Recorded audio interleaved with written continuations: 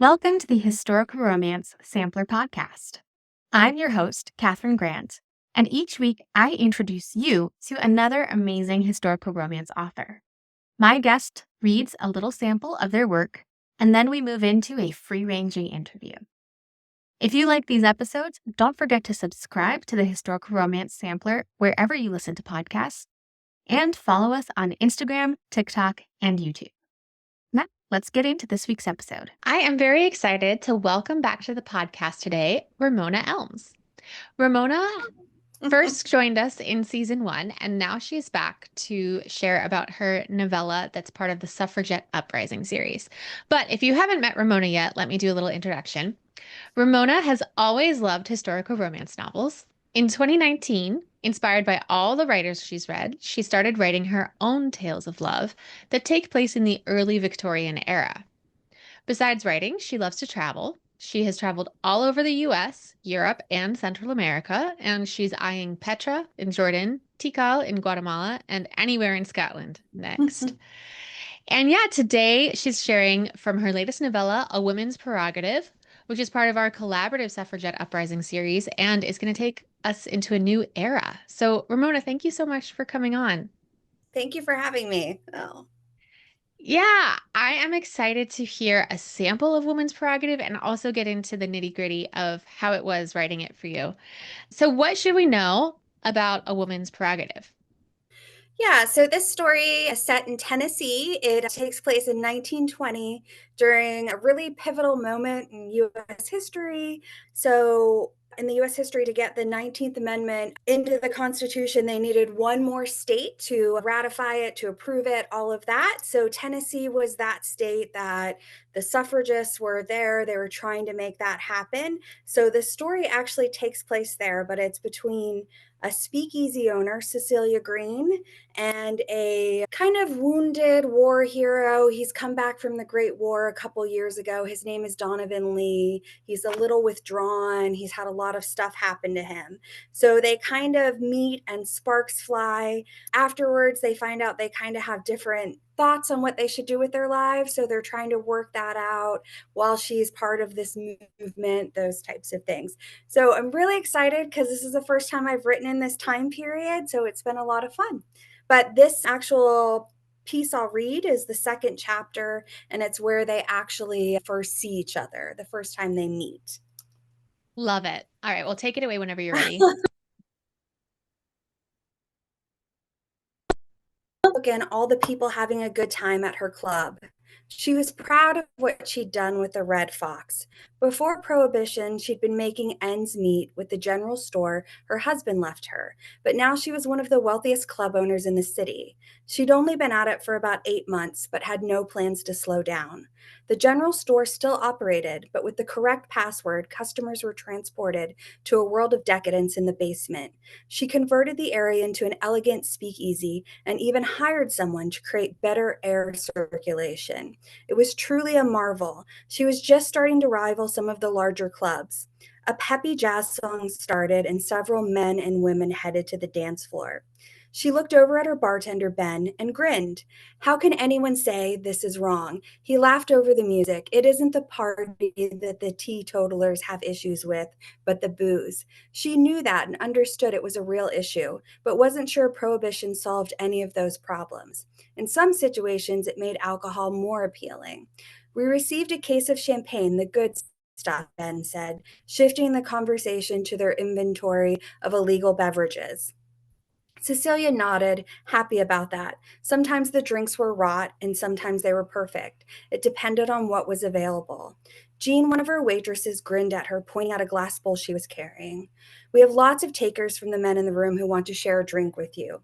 Every night, Cecilia hosted a raffle to raise money for the suffragist movement, and specifically the marches they had planned. Some nights it was a few drinks, other nights it was a date at one of the tables with a customer's favorite waitress, and tonight someone would have a drink with her at the bar. They hadn't done that one yet, but she figured it was only fair. She grabbed the bowl filled with money and slips of paper containing the names of customers who had signed up. After this song, I will make a personal plea. They will be jumping out of their seats, Jean stated. Cecilia rolled her eyes, yet Jean was telling the truth. Men seemed fascinated by a woman who ran her own club. Unfortunately for them, any relationships or liaisons she partook in were usually started outside of the club. Not always, but most of the time. She swayed to the music and studied the crowd. A larger group was escorted to the tables in the back. One of the older men grabbed her attention. He had broad shoulders and brown hair with graying at the temples. He moved as if he were in charge of everything around him. She'd seen him somewhere before. Ben, who is that? Her bartender looked over. He knew everyone. His eyes widened.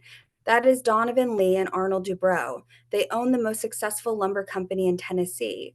You've made it, boss, if they're visiting your club. Pride surged in her, yet it wasn't his wealth that fascinated her. It was his bearing. He carried himself as if he was unimpressed or even uninterested with the world around him. But Cecilia suspected it was all for show and more smoldered beneath the surface. He glanced her way, and ice blue eyes connected with her brown ones. His gaze dipped down briefly and perused her. She smirked, curious about what he was thinking. He finally looked away. A younger woman, younger than her, but probably in her early 20s, beamed at him and requested that he sit next to her. Who is she asked Ben. Ben studied her. I'm not positive, but Lee has a daughter and a son. She could be his daughter. The music stopped and Cecilia grabbed the bowl, making her way to where the band played.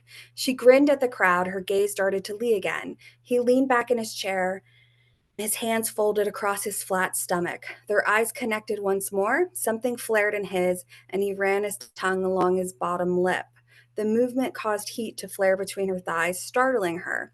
Cecilia didn't usually have such strong, instant reactions to people. She winked at him saucily and then turned away, addressing the crowd.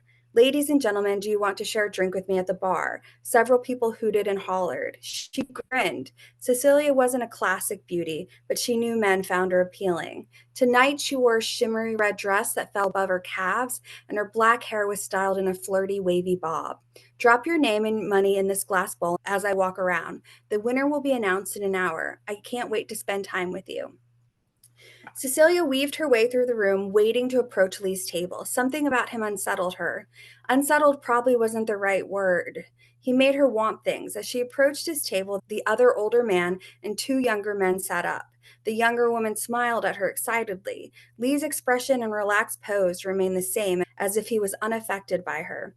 Still, his eyes gave him away. The ice blue color in them darkened as he watched her. She swallowed, finding herself flustered and equally annoyed by her reaction. She held out the bowl and watched as each person except him dropped money and papers into the glass container. Cecilia didn't push him, yet she turned and beamed at the other man in a breathless voice said, I hope it is you, mister. And the man blushed and provided his name, Arnold Dubrow. She winked at him and her gaze darted to Lee. He clenched his jaw. Did her flirting annoy him? More shockingly, why did Cecilia want it to? Not wanting to ponder him or reveal how much he affected her, Cecilia spun around and moved on to the next table. She couldn't deny he fascinated her. She glanced in the bowl and saw someone had written his name on one of the papers. Cecilia smirked. Someone else wanted them to meet. Donovan sipped his drink while he watched those around him dancing and celebrating. He had no idea what they were all so happy about, but there was definitely a heightened level of giddiness in the dimly lit speakeasy. His gaze darted to the younger woman sitting at the bar. She crossed her legs, laughing with her staff. Meredith had informed him that she was the sole owner of the establishment. His daughter said it with awe in her voice. He wasn't surprised. She had read every suffrage pamphlet and made an effort to attend most rallies. The independence of women was her mantra. It was a much discussed cause because Tennessee was one of the few states that still had time to cast a yay or nay vote in favor of the 19th Amendment. Still, the vote in his home state wasn't guaranteed for the suffragist. He suspected the majority of men and women in Tennessee were not in favor of supporting it. Donovan honestly saw the suffragists' points, but he also didn't understand the passion that swirled around the movement. Truthfully, that was his reaction to any cause. Since returning from the Great War, he was numb, only letting his emotions out when he went to the park and fed the damn ducks. Then it was all anger. Her glittery dress slid further up her leg, revealing a flash of her thigh. A bolt of lust coursed through him. He picked up his drink and took a large sip before he muttered, "Christ." A large smile stretched across her face as she talked to her bartender. Her hands moved in an animated fashion. Watching her, he was exhausted and enticed. She winked at him earlier, startling him. Donovan was not the type of man women winked at.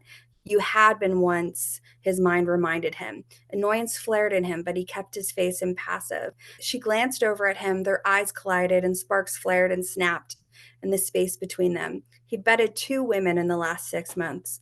Both times his body hadn't felt anything close to what he was feeling now. Donovan wasn't looking for anything passionate or complicated. Good, uncomplicated sex was enough. He was always considerate, but never affectionate.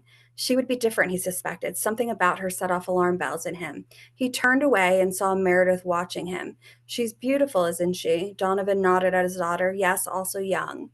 One of the papers did a story on her. Not the club, obviously, but the success of her store. It mentioned she was 28. That isn't so young." He tugged at the collar of his shirt. She was 14 years younger than he was. Meredith whispered, "I put your name in her glass bowl." Donovan frowned at her. "Why?" She shrugged. "You seem to like her. You are turning into your grandmother." "Mama wanted you to not be sad," his daughter said quietly. Julia was a saint, but he wished she wouldn't have worried about his happiness during her last days.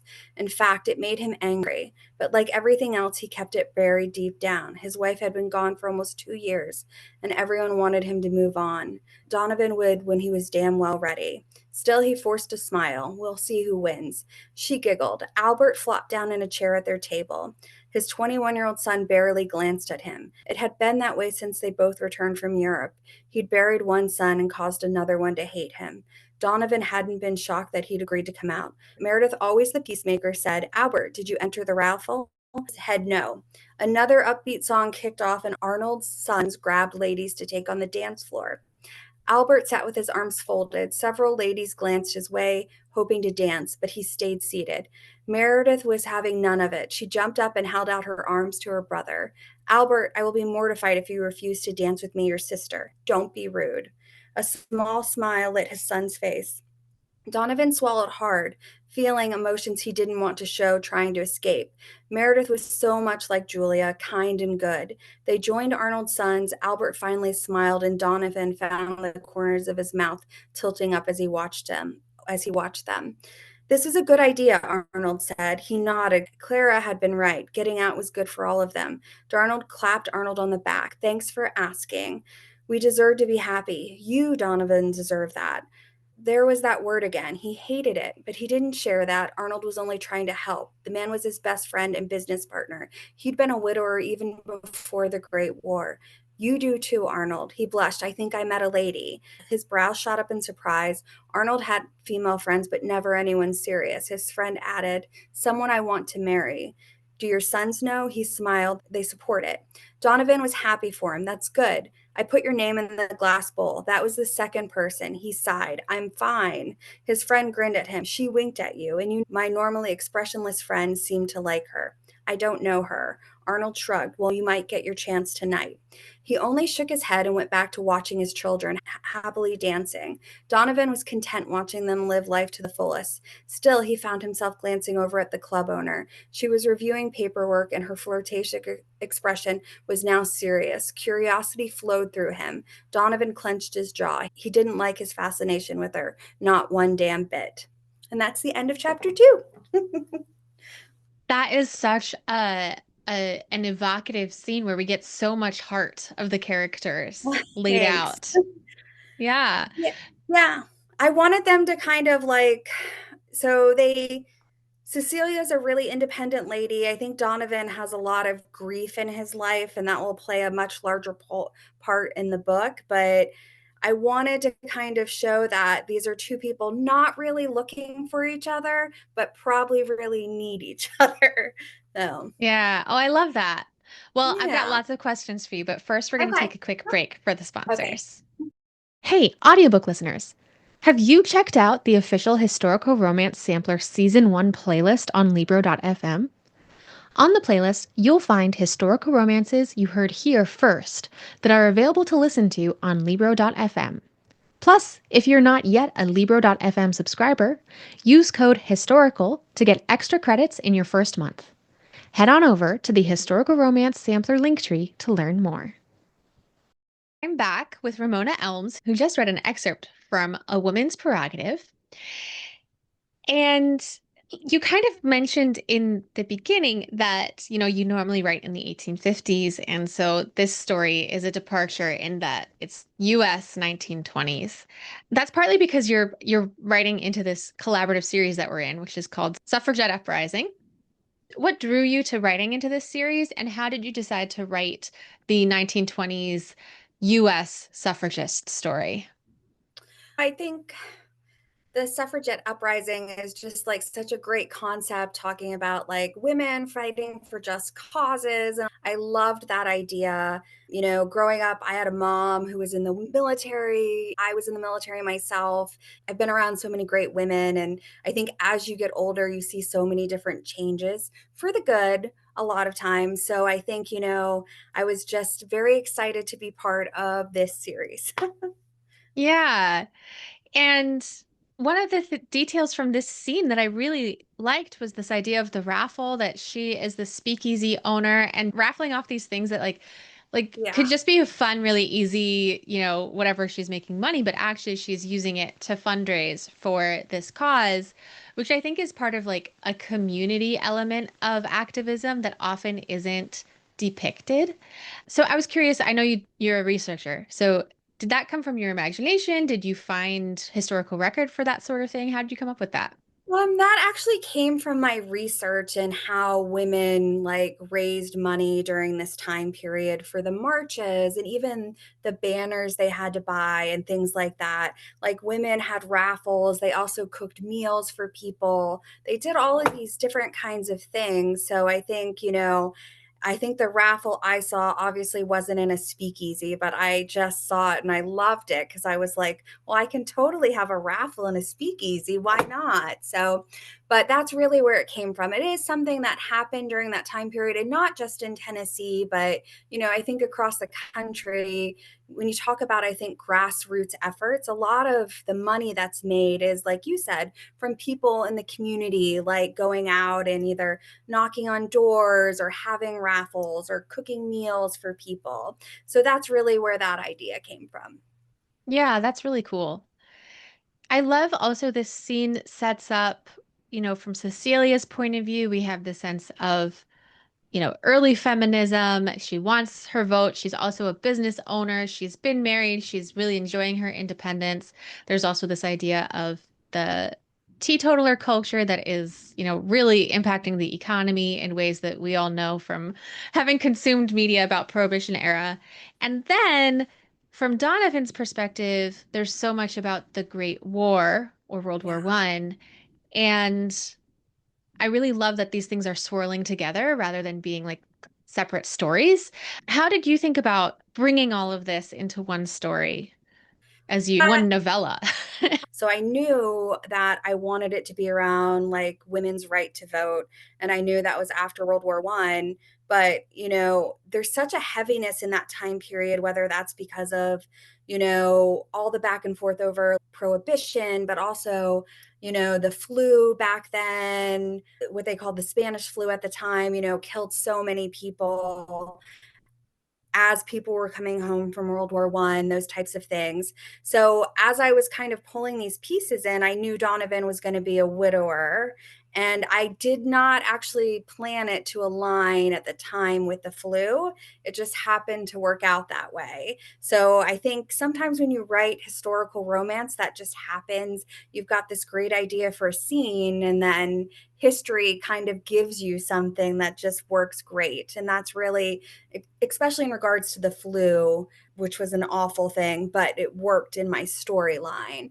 So, in regards to prohibition, I wanted Cecilia to be an independent woman But a lot of the women during that time who were independent had lost their husbands because of the Great War. They had inherited property from their husbands. But there's even, you'll see in this, well, people will see in the story that there are women who are fighting for the right to vote because some of these women still wanted to work, but they were being told to go back home. They were being only offered 1/3 the pay, half the pay. It's a very like complicated time.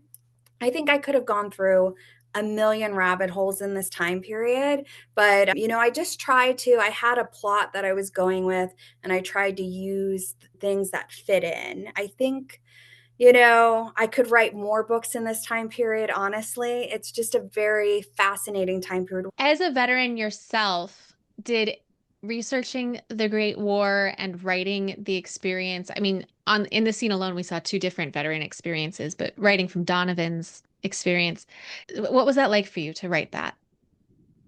I have a lot of people in my life who are also veterans who've served for long times in various different, time periods and so on. So I think, Donovan's part, even in the rest of the book, I wanted to be very careful about how I wrote his story. He loses his son during the war. While he's away, he loses his wife. Those are, I think, real experiences, whether you served in the last 10 years or whether you served 100 years ago.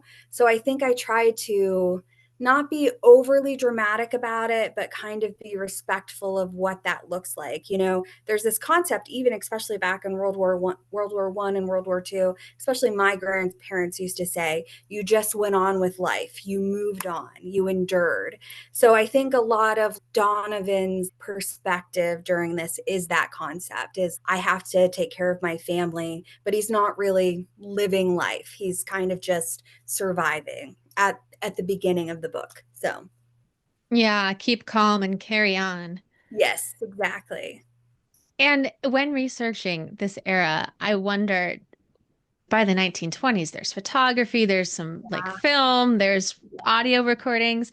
Was your research experience different because there was so much Oh, it more was material? so different because in 1850, a lot of my books have either like lords or wealthy people in them, and they're in carriages and things like that. And these people have vehicles, but not vehicles like our vehicles. So even some of the things I was researching was like, does a person generally have a driver if they're wealthy in 1920, or do they drive their own vehicle? Like, how do those vehicles look different from each other? And what we consider a limousine today is not what was considered that back then. So some of that, I think, and also there's a part in the story where like telephone lines existed at this time, but you called through to an operator who connected you, all of that stuff. So even that stuff had to be researched. But I also found like people were still like also sending notes and missives and stuff like that across town as well. So it's just a different world. And that stuff was, I think, hard. I think I spent probably way too much time researching that because when you don't understand something, I think you just go overboard. But I really enjoyed it. Like this time period is just, I mean, absolutely fascinating. My daughter's 12 and I would talk to her about it all the time. Not the steamy parts, obviously, but the history. And she was like, I know, Mom, you love the 1920s. But it was really interesting. Yeah, well, it is interesting that the fact that it's a little bit closer to us, it resembles Yeah. our world a little bit more, made the research Mhm. almost more taxing, or you had to be more Yes. precise. Yes. It was also, during a time when there were laws changing about like the quality of buildings and things like that. And, there's a whole bunch of information out there about like how musty and gross speakeasies really were because they were illegal places, right? So that's why even in mine, like I was like, I want her to have like good air circulation. I don't know if that actually existed, but it was just something I wanted. But anyways, it was very interesting to do. Yeah, oh, that's really cool. And, for the Suffragette Uprising series, a lot of us have pulled our titles from lyrics from the musical Suffs. And so your title, A Woman's Prerogative, is from one of the songs of Suffs. Did you listen to that song at all? Was there anything that particularly resonated or inspired you about that? This is the craziest part. I didn't even look at the songs before I picked my title. Like, I was like, this is what I want it to be called. So it was just luck. Wow, that's I amazing. know. Yeah. Like, it was not intentional at all. But after when we had all sent out that list, I was like, oh, I didn't even realize that. So, but yeah. That's really cool. Well, I do know in Suffs there is a scene about the ratification in Tennessee. It's a very pivotal scene, obviously, because the musical is about passing this Yeah. constitutional amendment. So it really lines up very well.